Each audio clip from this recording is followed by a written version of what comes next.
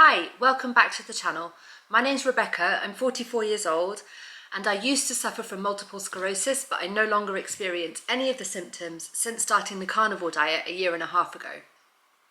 In today's video, I thought that I would do an interview with my dad, who I have actually interviewed in a previous video, and that interview was very popular and lots of people always ask me to have him back on again. So I thought that in the light of my recent MRI scan results, which showed no signs of disease activity, now would be a really good time to find out what he has to say.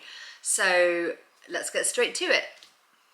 Hi, how are you doing? Hi, I'm okay. I'm really good. How are you? You okay? I'm all right, thanks. Yeah. So Brilliant. thank you for agreeing to come back on and do another interview. It's very kind of you. Pleasure. You were briefly out in Spain, weren't you, not long ago?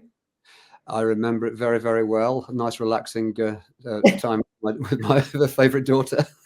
Well, yeah, I'm his only daughter, by the way, and also he was helping me move house, so Yes, it was far from relaxing. it really But was not relaxing. I've only just recovered, to be truthful, but never mind. but it was successful, wasn't it? It was great. It was very successful, but goodness me, I knew about it. But anyway, And the old ill me would never have been able to pull off something like that. well, I mean, that is the astonishing thing about it. I mean, that was one hell of a full-on week. Mhm. Um, I can't remember working quite so hard. And you were in exactly the same position as me. It absolutely knocked the stuffing out of me. And how you managed, I do not know. So well done, well done. Yeah, and yeah, thanks for your help. So yeah, as is obvious, this is my dad. He is a retired GP. I did do a previous interview with him, which you may have already seen, as people still ask me about my dad even now, about a year later since that interview. A lot of people found my channel through that video. So and many people have asked me to have him back on my channel. So in the light of my MRI scan results, I thought now would be a good moment. So how long have you been retired now? 15 years. I mean, it is a long, long time. Yeah, Yeah, yeah. you It's a long time. retired early, didn't you? I did. I retired early, yeah, and went off into teaching, in actual fact. Right. So dad's now a primary school teacher. Primary school. Yeah. So that's why his perspective is particularly interesting, not only as his personal relationship with me, but because of his medical training and experience. And I really wanted to get your thoughts on my MRI scan result, which I received a week or two ago, which showed that I have no new disease activity. So, yeah, how did you feel when you heard that? What were your thoughts on that? Well, I mean, I was absolutely delighted, obviously. I mean, over the moon sort of, approximates to it. Having said that, I was not surprised. Really? I wasn't at all surprised because it doesn't take an MRI scan to realize what a fantastic improvement you've made. Yeah. And to be truthful, the MRI scan was actually exactly what I was expecting. Um, it, Really? it just confirmed my delight. Okay. That's all it did. MRI scans are an imperfect tool, and if you want to know how somebody is, you're much better off asking them than looking at scans. Both have got their place, obviously, and it can be helpful for monitoring disease progress. It can be helpful in a number of making a diagnosis in the first place, if you like. But at the end of the day, what the patient actually tells you, or what the individual actually tells you, is the most useful piece of information. And I'd already got that. Well, that's if you're willing to believe them. I've often been confronted with disbelief, both when I was extremely ill and now that I am well. So I often feel like my word does need to be backed up by hard evidence in order to prove what I'm saying. So I was really pleased on that basis. But obviously, you know me well, and you know that I wouldn't. I, I, I, I can see what you're saying. You're looking for some sort of external objective evidence to support what you're saying. Yeah. Um, as you say, I know you so well, that I can see just how poorly you were 2, 3, 4 years ago. It really was grim, Right. and I can see just how well you are now. So Yeah. to a great extent, I didn't really need the scan, but that doesn't stop me being delighted. Of course I'm delighted. Ecstatic is the word. So, as a doctor and as my father, how do you reconcile your medical training with my experience? It almost feels like a trick question, and I'm sure it doesn't set out to be a trick question. I don't sit here agonizing over some supposed difference between the two, to be quite honest. I mean, at the end of the day, any doctor worth their salt wants the best for their patient. Any father, likewise, wants the best for his daughter. Where's the conflict? I don't see a conflict. I mean, you've adopted a new lifestyle here, which has been majorly rewarding. It's been really, really successful. It's been a phenomenal improvement. I suppose if I cast my mind back to being a younger doctor, shall we say, cast my mind back 20 years or so, 30 years, that sort of time, I suppose at that time I believed I was fully invested in medical dogma. I had to be, because I had devoted most of my life to learning it. Yeah. Well, if you devote most of your life to learning something, you end up believing it, don't you? Yes. You can't be outside of it. Indeed, when I gave up medicine, I thought, how could I possibly exist not as a doctor? Well, I very soon discovered that you can. And slowly but surely, I did discover that there are other ways of going through life other than following medical dogma. Medical dogma has got its place. You know, if I needed heart surgery, I'd be first on the, you know, I'd be standing in the queue, kind of thing. And that indeed is where I've become more and more impressed by what surgeons in particular can do, in actual fact. I was always very skeptical. I always thought that surgery was quite a blunderbuss discipline. Surgery is getting really, really good. It's amazingly good. And emergency care is getting really, really good. What is not, in my view, keeping pace with that is the care of chronic conditions, or what you might term holistic problems. Medical practice is nowhere near as good at that sort of thing.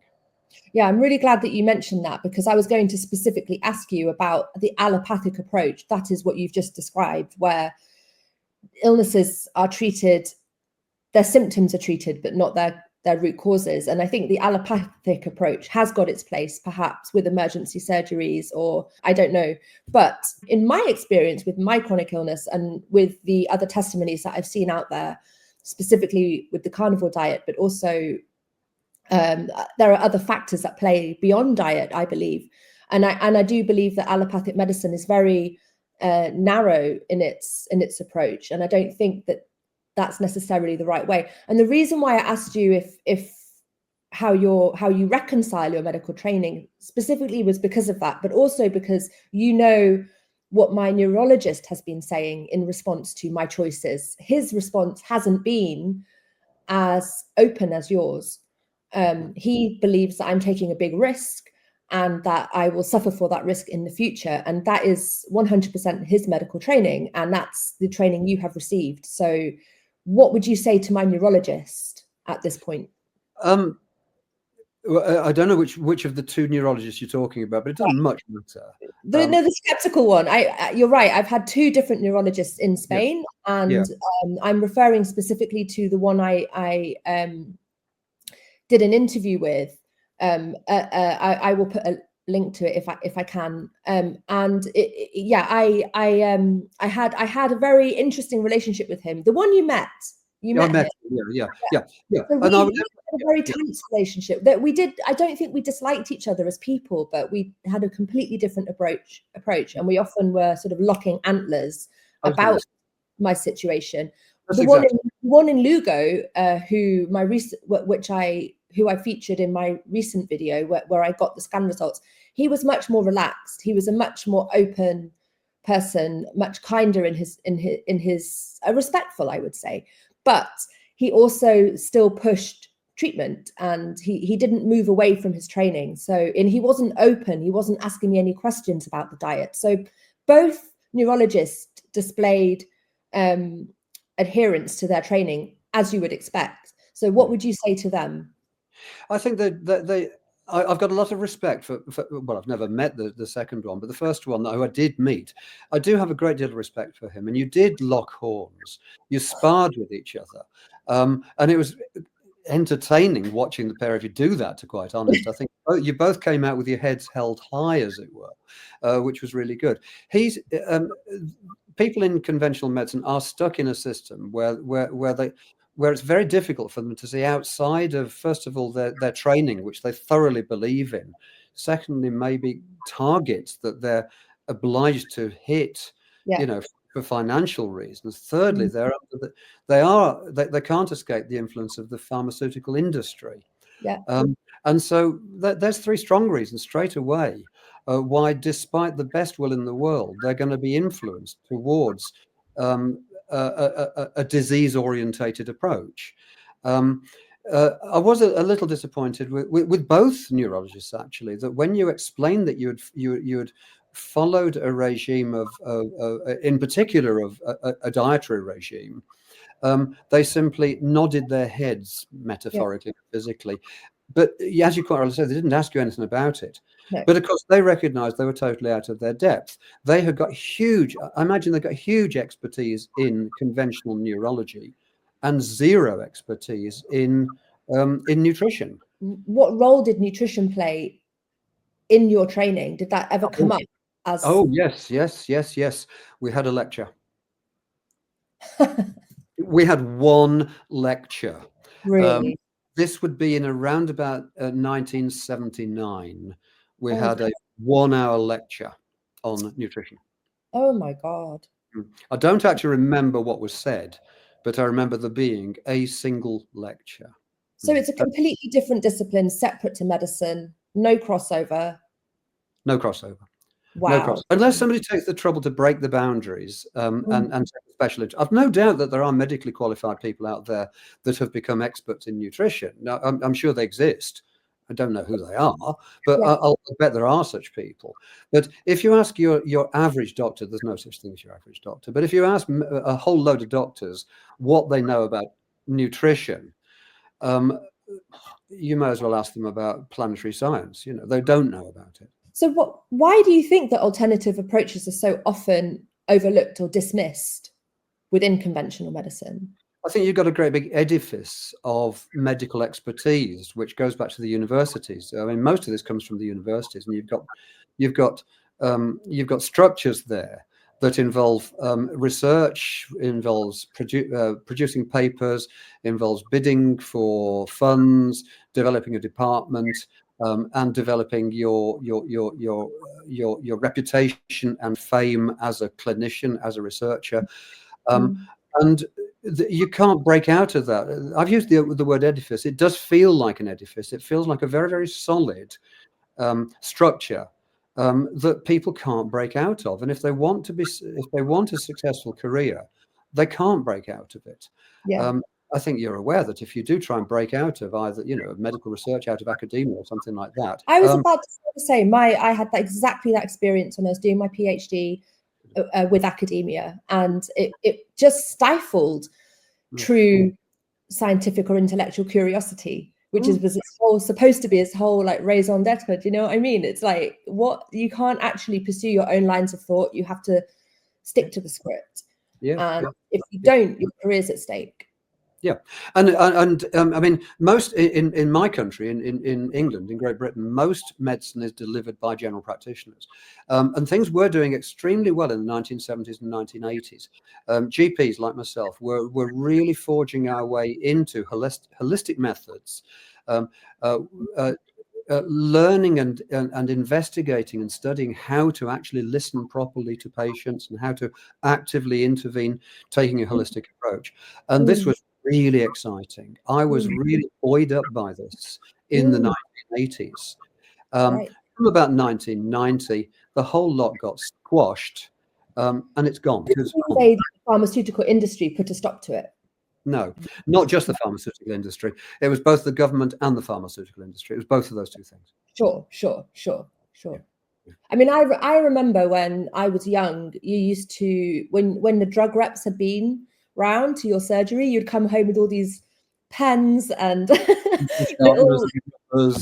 Yeah. Oh, gosh, this was corruption at its best, mate. It really was. I used to Right. really look forward to when the drug reps had been and what they were going to give you, little free gifts. Post-it notes. Post-it notes, pens, all the works. It was so exciting. But what was your experience with the pharmaceutical industry, with the drug reps, and what influence did they have on your practice?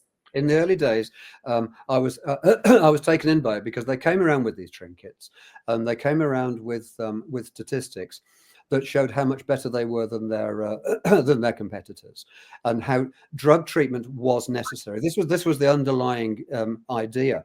We very much had this with certain conditions, particularly shingles, herpes zoster, for example. I It know. became, eh?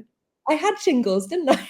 Yeah, and you probably got all the treatment known to mankind, because at the time, excuse me, at the time it was foisted upon us by the industry that treatment was necessary. Right. Since that time, there are other examples of this, and I can't readily bring them to mind because you're going back a long time. But it slowly but surely became apparent that that actually treatment in these particular cases simply wasn't necessary. And that the difference that it made was marginal, but by virtue of the way that the industry was giving you these seductive figures, and they were hugely seductive figures, you couldn't see outside of outside of the concept that in many cases treatment wasn't actually necessary. And it's not the case in shingles, but in some cases treatment can actually be worse than the condition. I'm not talking about shingles now. I'm talking about Absolutely. the necessarily a representative from a drug company is going to come along and compare their medication with somebody else's medication. What they're going to quietly overlook is that no medication or an alternative approach, such as diet or whatever it should be, is also an option. Well, they're not going to make any money out of that, so they're not going to tell you that. Absolutely. So Absolutely. you end up really quite disillusioned with the whole shooting match, to be quite honest. Yeah. And to a degree, I mean, again, I've always been a great believer, have been a great believer in British general practice. And one of the big jobs that a GP has got is to protect their patient from harm. Now, that harm can be done by the pharmaceutical industry, as Yeah. well as by many other things, such as smoking and alcohol and stuff like that, and a huge part of our job was to advise the patient that they were running the risk of being harmed, rather than just sitting there choosing from a menu of different treatments. Yeah. Which of course could do harm. So what would you say to my neurologist about the fact that I'm refusing MS treatment? Yeah, I mean, I'm surprised you use the word refusing, because your use of the word refusal suggests that it's been foisted unwillingly upon you, and I suppose, and that could be your perception. You're declining the offer of treatment, aren't you? I think what you're doing at the moment is you're saying that you're prepared to continue with monitoring. That's what you said with the recent one. You've been offered monitoring, but you've agreed to take treatment into your own hands.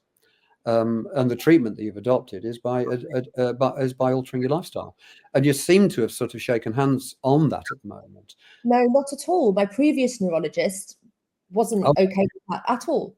Well, that's where we've got two neurologists at play here. You've yet to go back to neurologist number one. I will be going back to him. I'm going to be going back to him with my MRI scan in hand, saying, "Haha." Well, I was just going to say, go in there, skip into the room, shake him warmly by the hand, and show him how well you are, or show him your scan results.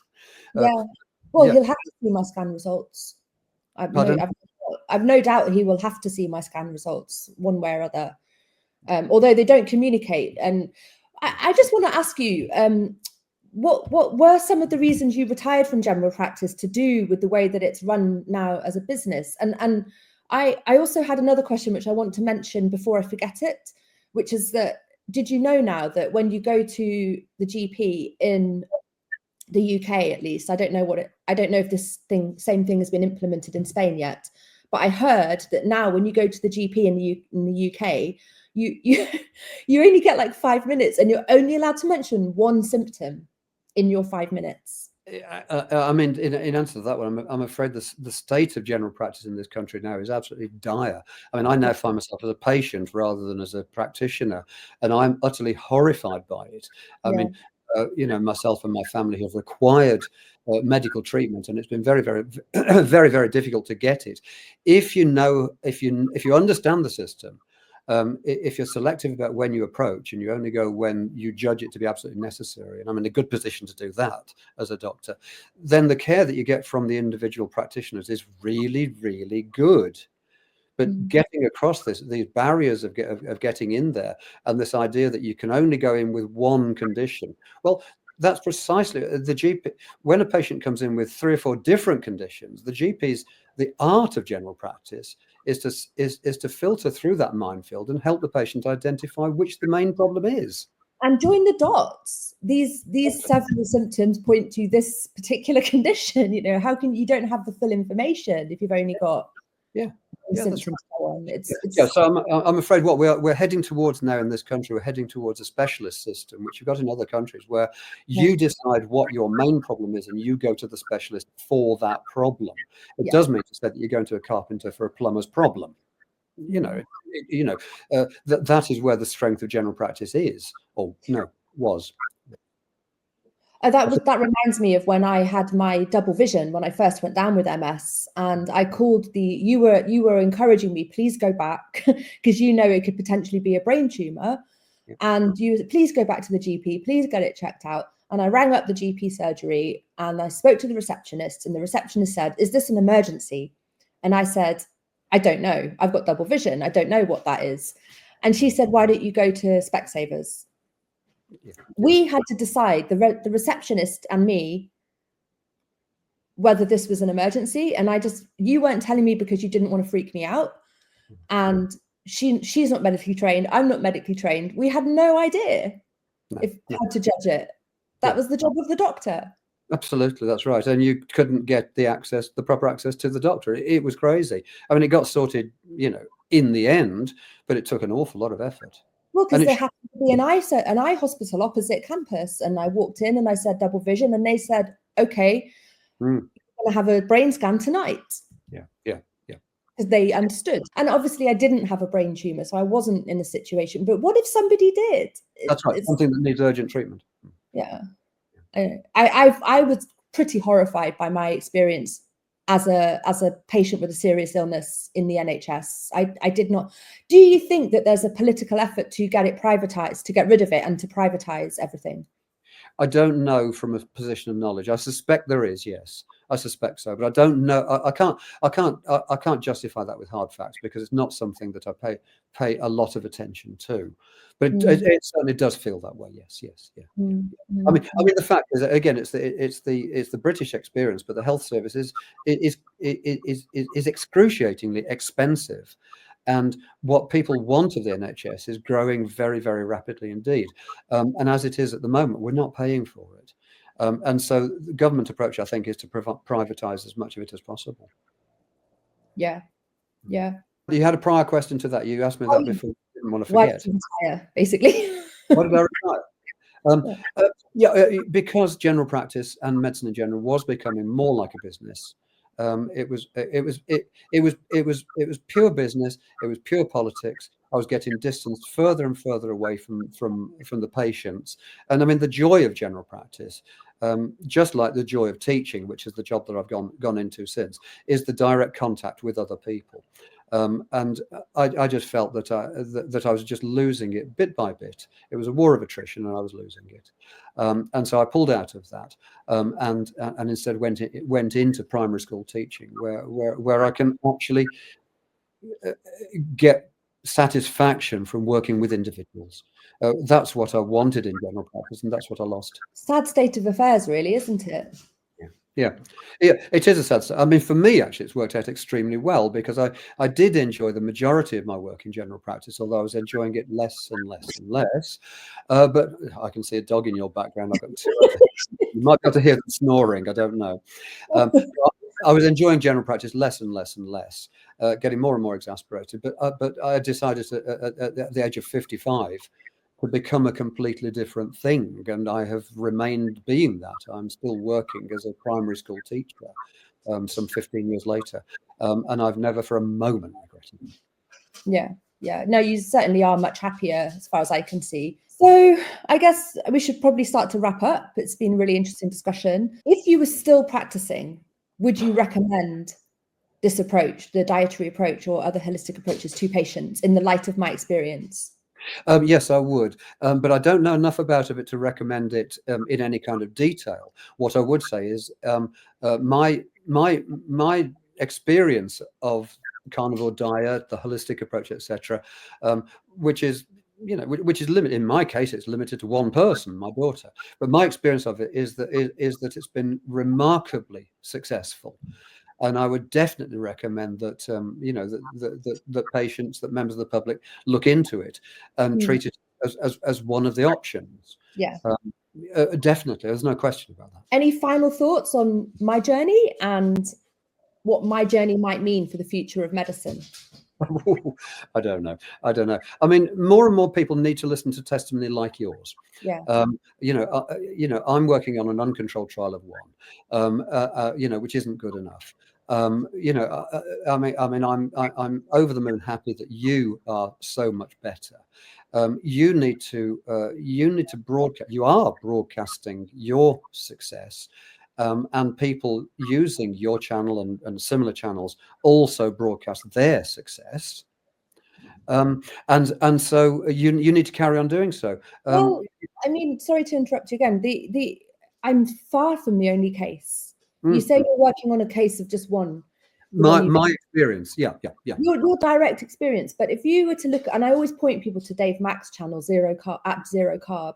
He is now on his, I showed you just how many videos of his when you came out to visit, just how many videos he has got on his channel. We scrolled through and we kept scrolling and kept scrolling. 100, wasn't it? He posted just the other day that he's nearly at 1,000 interviews. Yeah. That's 1,000 testimonies of miraculous cures on the carnivore diet, just like mine. Yeah. So I mean, that really is strong testimony that there has to be something in it. There has to be something in it. Yeah. And so, I mean, if your channel can do anything, you should be, and I'm sure you already are, you should be directing people to where they can get more information. And I'm sure that's exactly what you're doing. Because that way people can inform themselves more fully. Don't completely reject conventional medicine. I don't think you need to do that particularly, but you do need to take it with a great big pinch of salt, because it's not the only approach out there. And I think approaches like the carnivore approach have got a huge amount to be, first of all, to recommend them. And secondly, I think a lot more research needs to be done. Well, exactly. It feels like the space isn't there to get to get research. You need funding. You've got to get approvals. You've got to get the machine to be behind it. And that isn't there. So it does feel very frustrating. And that's why I asked about what this could mean for the future of medicine.